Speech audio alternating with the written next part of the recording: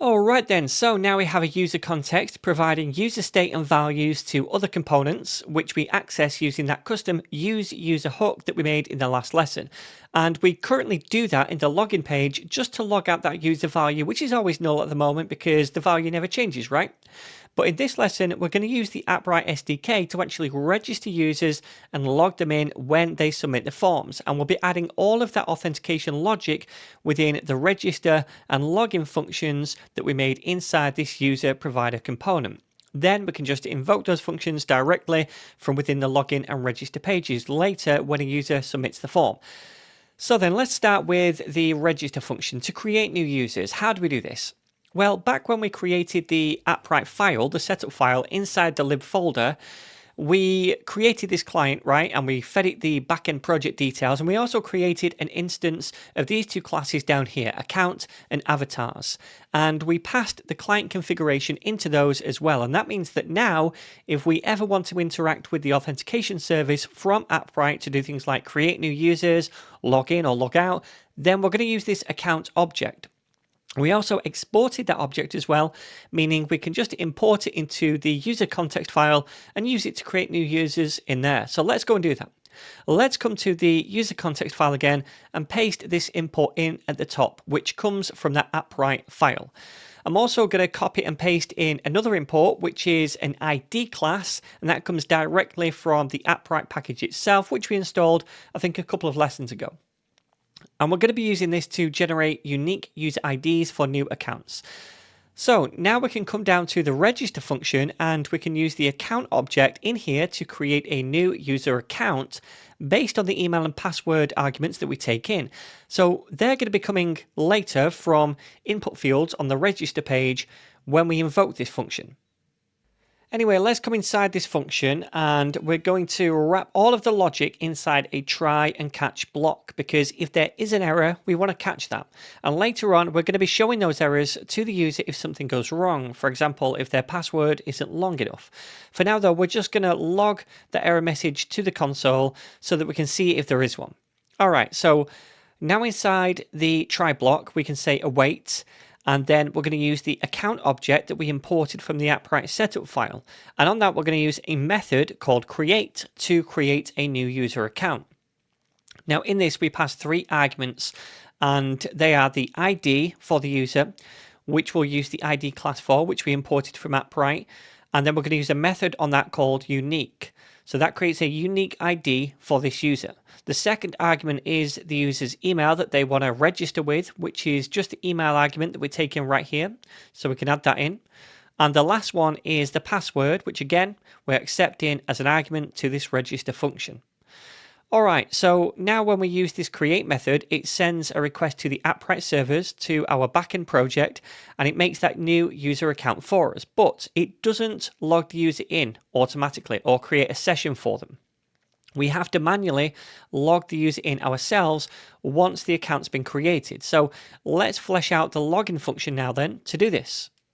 So what I'm going to do is just copy this try and catch block right here, because it's going to be almost the same up here for logging in, except we need to change this thing right here, and it should be create email password session. So we're creating a session with an email and password. We're logging in essentially, right? And we don't need to pass in the ID as the first argument. We just need to pass in the email a user's trying to log in with and the password they're using. So then, this creates a session on the server for them, and then we can grab that session by saying const response is equal to await and then account.get. So that reaches out to the server and it grabs the session object that has been registered by this, and it brings it back for us, and it contains all the user details like their email. So essentially it's a user object, and we can update the state now to be that response. So we'll say set user, and it's going to be the response like so.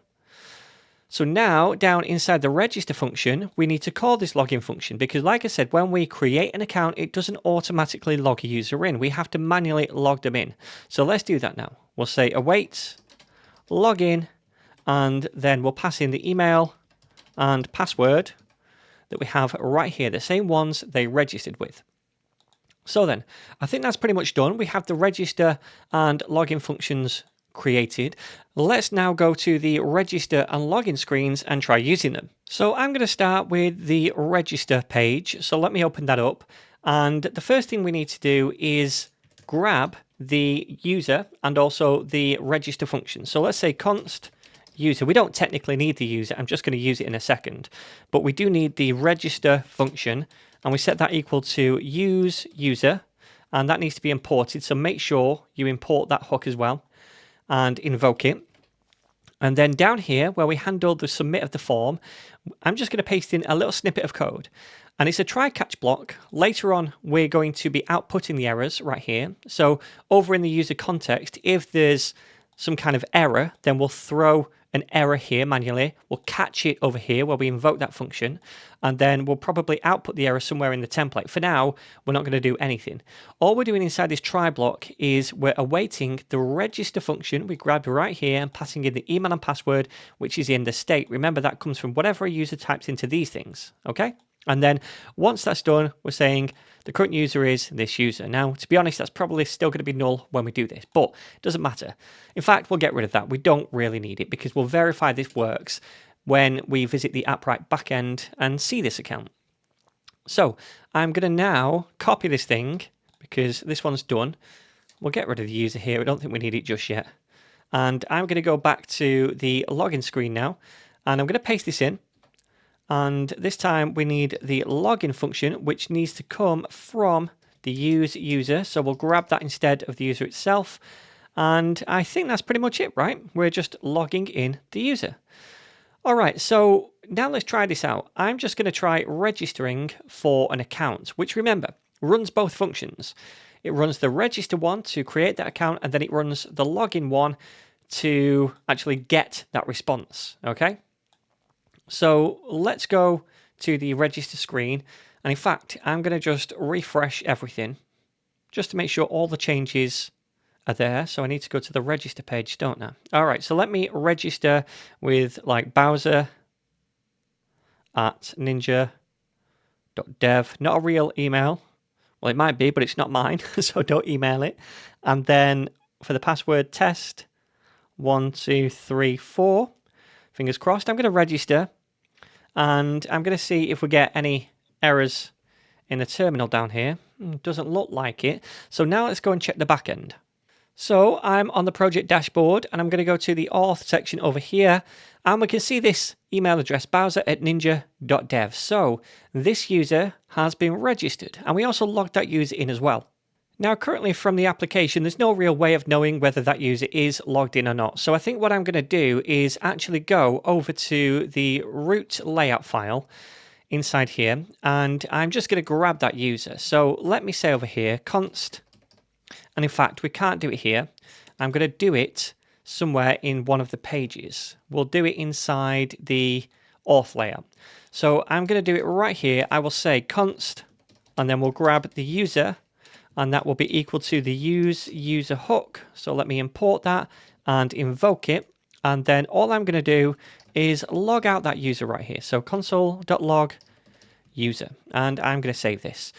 All right, so now, okay, I'll say not now. But if I open up the terminal, we can see this big user object right here. Bowser@NetNinja.dev. So we know now that that user has a value. They've been logged in and we've updated the user context value, this user thing right here, to be that user. And now we can access this user within the application.